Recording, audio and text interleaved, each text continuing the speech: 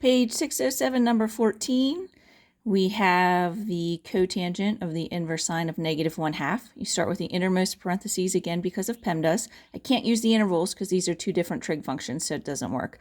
So since I'm starting with the inverse sine, it's very important to remember that inverse sine is only in quadrants 1 or 4. Since this is negative, I'm going to be in quadrant 4. So if I'm in quadrant 4, that just means I'm between 0 and -1/2 pi. So just remember that. So sine is so opposite over hypotenuse. So if I want an opposite of 1 and a hypotenuse of 2, it looks like I'm talking about pi over 6. So from pi over 6, opposite of 1, hypotenuse is 2, but I need to be in quad 4, so it's really a negative pi over 6. So I'm finding cotangent of a negative pi over 6. So the fact that I'm still at a negative pi over 6 just means I'm in this quadrant. And cotangent, I'm going to find tangent of negative pi over 6 first, and then I'll just flip it. So tangent of negative pi over 6, just find tangent of pi over 6. So tangent is TOA, opposite over adjacent, 1 over root 3. I'm not going to simplify this because I'm going to flip it. However, I do have to remember, because of all-star trig class, if I'm in quadrant 4 where this negative pi over 6 is, only cosine's positive, which means this tangent's going to be negative. So when I flip it to get cotangent of negative pi over 6, I'm flipping this negative 1 over root 3, which would be root 3 over negative 1, which would give me the negative root 3 for the answer. For number 16, similar setup. Since it's two different trig functions, I can't use the intervals, so I'm starting with the inverse tangent. Inverse tangent is positive, so I'm in quadrant 1, which makes it a lot easier, to be honest. Tangent, think of root 3 over 1, so you're looking for an opposite over an adjacent. And don't forget, if you don't find it on the 45, 45, 90, 30, 60, 90 triangles, you draw your own picture. So I need an opposite of root 3. Well, this is an opposite of root 3, as well as an adjacent of 1 if I'm working from pi over 3. Since I'm in quad 1, it stays as a pi over 3. So basically, I just want secant of pi over 3. I'm going to find the brother-sister pair, which would be cosine of pi over 3, and then I'll flip it for secant. So cosine of pi over 3, make sure you're going back to the pi over 3. Cosine is co, adjacent over hypotenuse.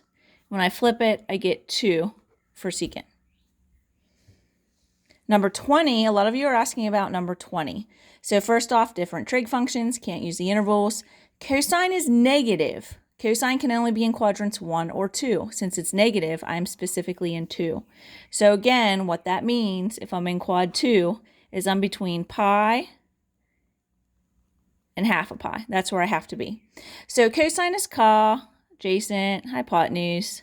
So I'm looking for an adjacent of root 3. Well, here I have an adjacent of root 3 and a hypotenuse of 2 if I use pi over 6. But pi over 6 is in this quadrant. I want to be in this quadrant. So if this is 1/6 of a pi, that means I still have 5/6 of my pi left over. So this value right here is 5 pi over 6. 5 pi over 6. Now I need cosecant of 5 pi over 6. So cosecant is the brother-sister pair for sine. So I'm going to go over here and squeeze this in. I'm just going to find sine of 5 pi over 6. And then I'll just flip it. Now keeping in mind though, 5 pi over 6 is in this quadrant. So because of all-star trig class, if I'm in quad 2, sine is going to be a positive value. So it's because I'm in quad 2, where the 5 pi over 6 is, that this is going to be positive. I already know that the 5 pi over 6 came from pi over 6. So really, I'm just finding sine of pi over 6. The positive came from the 5 pi over 6 being in quad 2. So if I go to pi over 6, sine is so 1/2. But I don't want sine, I want the brother-sister pair. So I just flip it, and that's where I get that positive 2. Okay. 22 is a little weird. Something happens that we haven't had to discuss before. Since these trig functions are the same, I can use that interval that's listed on that one sheet. So if inverse tangent's on the outside, this should be my value as long as I fall between negative 1/2 pi and positive 1/2 pi. So I need to be here or here. Right now, 2 pi over 3, if I'm out of 2, 1/2 pi 2/3 is more than half. So 2/3 of a pi would be here. Before, we would have just jumped it over. But you got to remember that if this is tan of 2 pi over 3, if I'm taking tan of 2 pi over 3, if I'm doing tan in this quadrant, because of all-star trig class, in this quadrant, only sign is positive, which means this is a negative value. So if I bump this over, all of these are positive values. So I actually have to bump it down here, where I'm going to get another negative value for tan. So 2/3 of a pi, if I bump it over, that would be pi over 3, because if I ate 2/3, I'd have 1/3 left over. But you have to bump it down because of the negative, because if I do tan of 2 pi over 3, if I do tan in this quadrant, only sign's positive, which means tan will be negative. So I need a negative answer where it falls as a negative value. So I bump it over, it becomes positive. I bump it down, I get negative pi over 3. That's why that one is equal to a negative pi over 3, because you have to make sure the positives and the negatives all match up. So that one's a little weird. 28, trig functions are different. So I'm going to go start with my innermost parentheses. Inverse sign is either in 1 or 4. Since it's positive, I'm in 1. I don't have a triangle with for sign being so. I don't have an opposite of root 2. So if I don't have a picture, I'm going to just draw my own. And we already know it's in quad 1. Sine is so, opposite is root 2, hypotenuse is 3. I could do my little Pythagorean theorem. 3 squared is 9. Square that, I get a 2. I'm going to subtract to go smaller. Sorry, get the square root of 7. So this is square root of 7. So basically now I just need to do cosine of my picture. So all of this is being represented by this diagram. The angle will always be the angle that's here by the origin. Call whatever you want. If I do cosine of my picture, call adjacent over hypotenuse, I get root 7 over 3.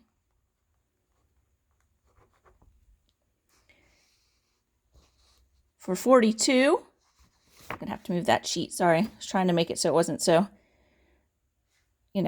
messy looking, but it's falling. So for 42, inverse secant, since this is negative, inverse secant can only fall in quadrants 1 or 2. Since it's negative, I'm going to be in quadrant 2, which means if I'm in quad 2, I'm between pi and half a pi. So that is important. You got to remember that stuff. Okay. Since I'm not familiar with inverse secant, I'm going to just flip it to inverse cosine of negative 1/2. So I'll flip it to the brother-sister pair. I am allowed to flip that because that's not an angle. That's just a value. I'm finding the angle, so I'm not flipping the angle. So I need cosine to be ca, adjacent over hypotenuse. I need an adjacent of 1, hypotenuse of 2. When adjacent of 1 comes up here where pi over 3 is, so it's cosine of pi over 3. But pi over 3 is in quad 1. I needed to be in quad 2. So don't forget, if this is 1/3 of a pi, and I want the leftovers of pi, if I only get 1/3, I still have 2/3 of my pi left over. So the answer is 2 pi over 3. 44 is kind of similar. It's just weird because when you flip it, you have to simplify the root on the bottom. But since it's a negative, inverse cosecant can only be in 1 or 4. Since it's a negative, I'm going to be in 4. I always like to jot down what that means. If I'm in 4, I'm between 0 and negative pi over 2. That's where I need to be. Now that I know what quadrant I'm in, I'm going to flip it to the brother-sister pair. I'm going to look at inverse sine instead. When I flip this, I get negative 3 over 2 root 3. And I'm going to have to simplify this. I'm going to multiply by root 3 over root 3. So I get inverse sine. Let's see. It'd be negative 3 root 3. Here's this 2. Root 3 times root 3 is root 9, which is 3. Those cancel. So it looks like I have the inverse sine. Oh my gosh, I'm sorry. You can't even see that. I was writing and not looking at the video. Sorry, I multiplied by root 3 over root 3. So I have negative 3 root 3. There's the 2. Root 3 times root 3 was in root 9, which is 3. Those cancel. Now I have the inverse sine of negative root 3 over 2. So sine is so, opposite over hypotenuse. So basically I need an opposite of root 3. Did it again. Inverse sine of negative root 3 over 2. I need an opposite of root 3 and a hypotenuse of 2. So opposite of root 3, hypotenuse of 2. That looks like it happens at pi over 3. But don't forget, I need to be in this quadrant. So pi over 3 is up here. So I need to bump it down. So it would be negative pi over 3. Because you always have to make sure you fall in the correct quadrant. And then finally, inverse secant of negative 3. Since it's negative, inverse secant can only be in quadrants 1 or 2. Since this is negative, I'm going to be in 2. So for me, in quadrant 2, that means I'm between pi and half a pi. Again, I always like to draw that so I don't forget. Now that I know what quadrant I belong into, I'm going to change inverse secant to the brother-sister pair, which would be inverse cosine. And flip this. If this is right now over 1, it'd be negative 1/3. And this one was a calculator one, so once you flip it, don't change the quadrants just because you changed it to inverse cosine, by the way. I'm still solving this, so no matter what, I'm in quadrant 2. So don't go and change the quadrants. That's a big mistake people make. So I'm still looking for an answer in quadrant 2. They said use your calculator. So when you type it in your calculator, you just have to make sure it falls between pi, which is 3.14, and half a pi, which is 1.57. And when I type this in my calculator, make sure you don't forget to type the negative. I get 1.91, and 1.91 is definitely between 1.57 and 3.14, so 1.91 is my answer.